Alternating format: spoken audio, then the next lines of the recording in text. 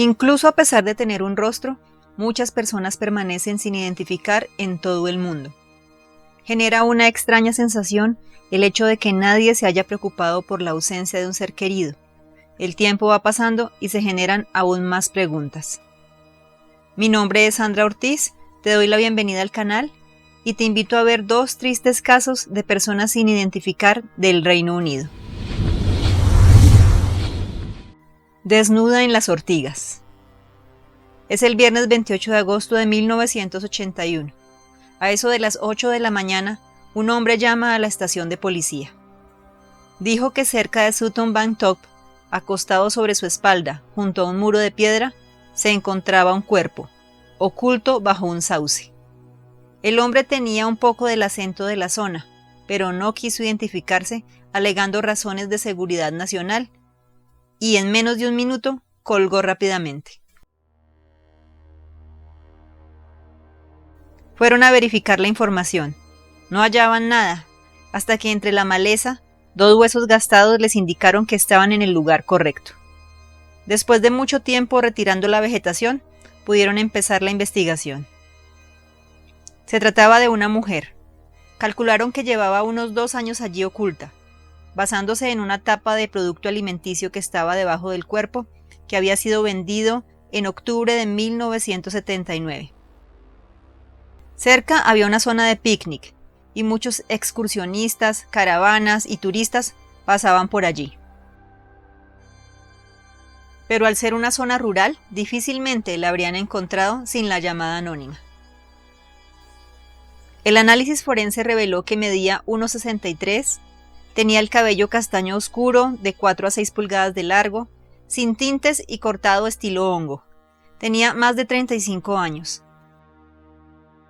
Las uñas de sus pies estaban pintadas con un esmalte rosa claro de la marca Mass Factor Maxi y su talla de zapatos era 4. Por la posición del cuerpo, se notaba que había sido dejada con prisa. Habría tenido entre 2 y 3 hijos, y aunque no tenía un anillo, creían que era una mujer casada. No llevaba nada de joyas, accesorios ni vestuario, posiblemente para dificultar su identificación. Presentaba una anomalía en una vértebra del cuello, lo que indicaba que sufría dolores en su espalda. El tabique lo tenía desplazado y había una fractura antigua en su tobillo. Se veían 3 huellas frescas que iban hacia y desde el cuerpo. Al investigar las plantas a su alrededor, se confirmó el tiempo que había estado allí, 2 años. El análisis de sus huesos indicó que hasta sus 7 años de vida residió en una zona con altos niveles de fluoruro en el agua potable. Se identificaron 2 lugares que correspondían. Pero resulta que se había realizado una campaña dental a nivel nacional a finales de los años 50 y por eso se le puso fluoruro a algunas áreas, y ese nivel variaba en todo el país. En la parte superior no tenía dientes, sino una placa dental. Y en la inferior tenía 6 dientes, todos muy manchados porque era una fumadora frecuente. Lo único evidente era que no había muerto por golpes en la cabeza ni cortadas. A 800 metros del cuerpo, colgando de un árbol, un vestido negro de noche y ropa interior. ¿Estarían relacionados con esta mujer? No lo sabían, pero tampoco se presentó nadie a reclamarlos. El caso se hizo muy conocido y se involucraron los medios. De alguna manera se cambió el sauce donde fue encontrada por unas ortigas, y así se popularizó como desnuda entre las ortigas, aunque era incorrecta esa información. A pesar de que la opinión generalizada era que se trataba de un asesinato, no se determinó de qué manera ocurrió. Se convocó a los ciudadanos en caso de que un familiar o conocido o alguien a quien no vieran desde hace tiempo pudiera ser la víctima. En noviembre de 1981, estudiantes de medicina elaboraron la figura de cera para ayudar a reconocerla. Una prisionera escapó en 1979 de la cárcel. Sospecharon que se trataba de ella porque se sabía que pasaba por las vías aledañas al hallazgo y también que tenía una lastimadura en el tobillo al igual que la víctima. Pero desde su escondite la mujer se enteró y les envió una hoja en blanco con sus huellas digitales y firma, como prueba de que estaban equivocados. En 1983 se celebró su funeral. Su tumba tiene una piedra marcada con un número y la leyenda, nombre desconocido, murió el 28 de agosto de 1981.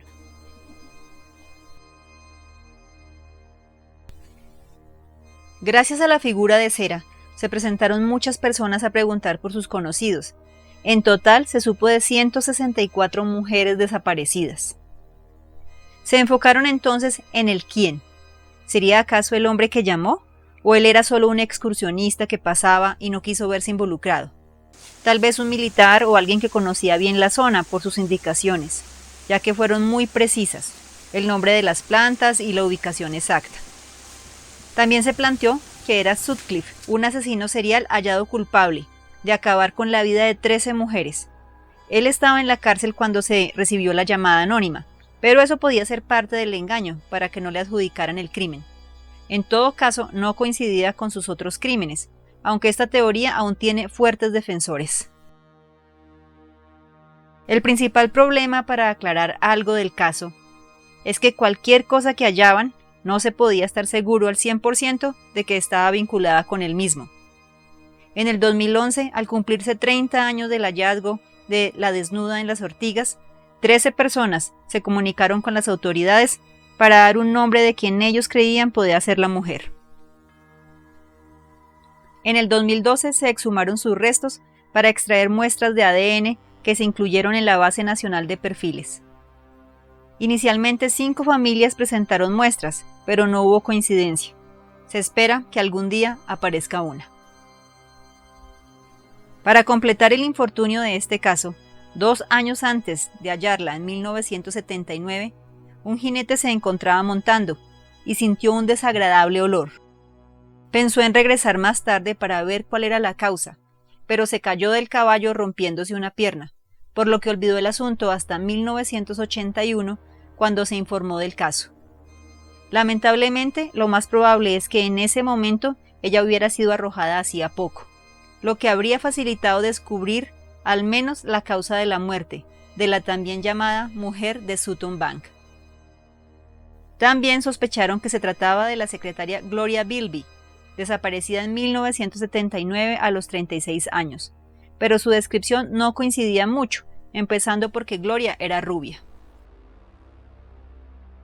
Solo quedan las conjeturas acerca de por qué nadie parecía estar buscándola. ¿Acaso dejó a su familia e iba de aquí para allá? En algún árbol genealógico está esta mujer esperando a ser identificada, y sus hijos pueden creer que simplemente los abandonó. Actualmente no se sospecha del hombre que llamó. Creen que tal vez no se identificó porque se encontraba haciendo algo ilegal o era un vagabundo. Las autoridades dicen que tienen 6 posibles candidatos como culpables, pero reservan la información. Incluso la tapa debajo del cuerpo la podría haber colocado el culpable para despistar. El hombre del bosque de Clocaignac. Mark y Andrew son hermanos que iban a acampar en el bosque de Clocaignac porque asistían al Rally de Gales. Mark se llevó la sorpresa de su vida cuando, al ir por leña en medio de la oscuridad, solo alumbrado por su antorcha, vio lo que le pareció un cráneo. Luego lo observó con detenimiento y era humano. Estaba oculto entre la maleza y el musgo crecía en él.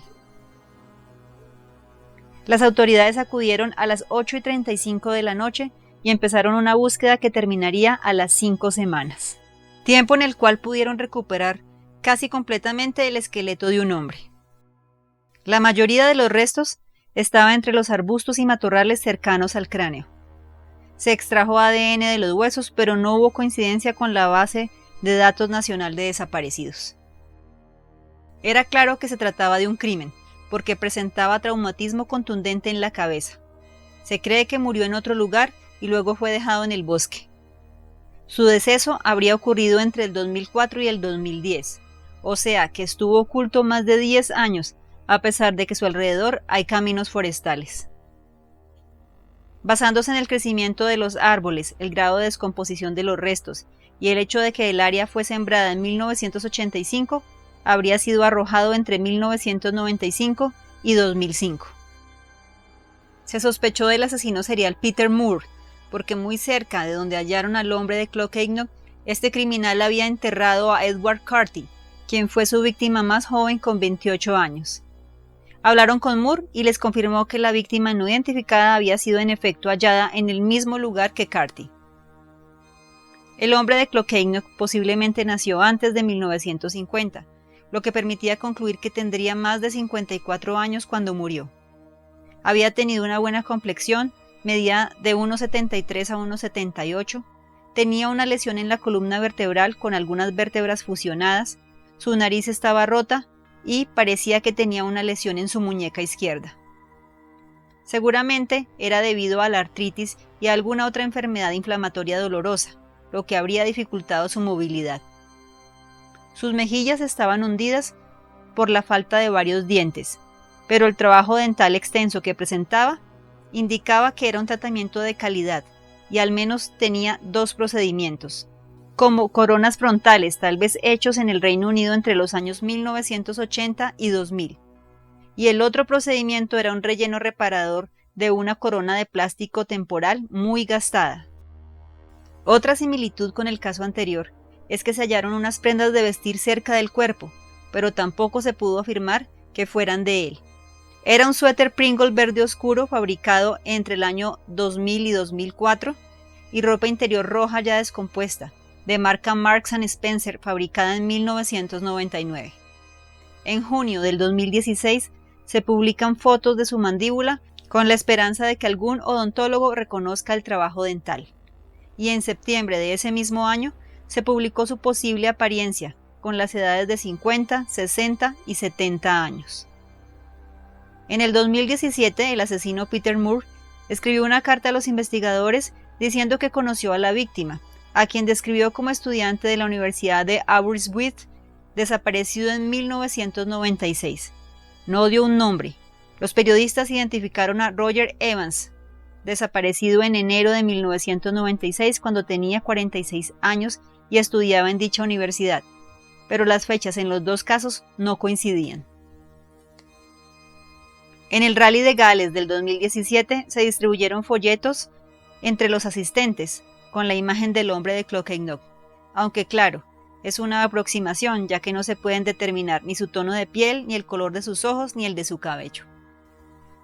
Con la tecnología del ADN familiar, se espera que algún día pueda dársele un nombre. Este misterio se suma al de un hombre de 47 años quien se quitó la vida en ese mismo bosque. Si el video te ha gustado, por favor déjame un me gusta y comenta. No tiene que ser del caso, así me ayudarías a que sea rotado por YouTube. No olvides suscribirte y compartirlo. Gracias por acompañarme, nos vemos la próxima semana.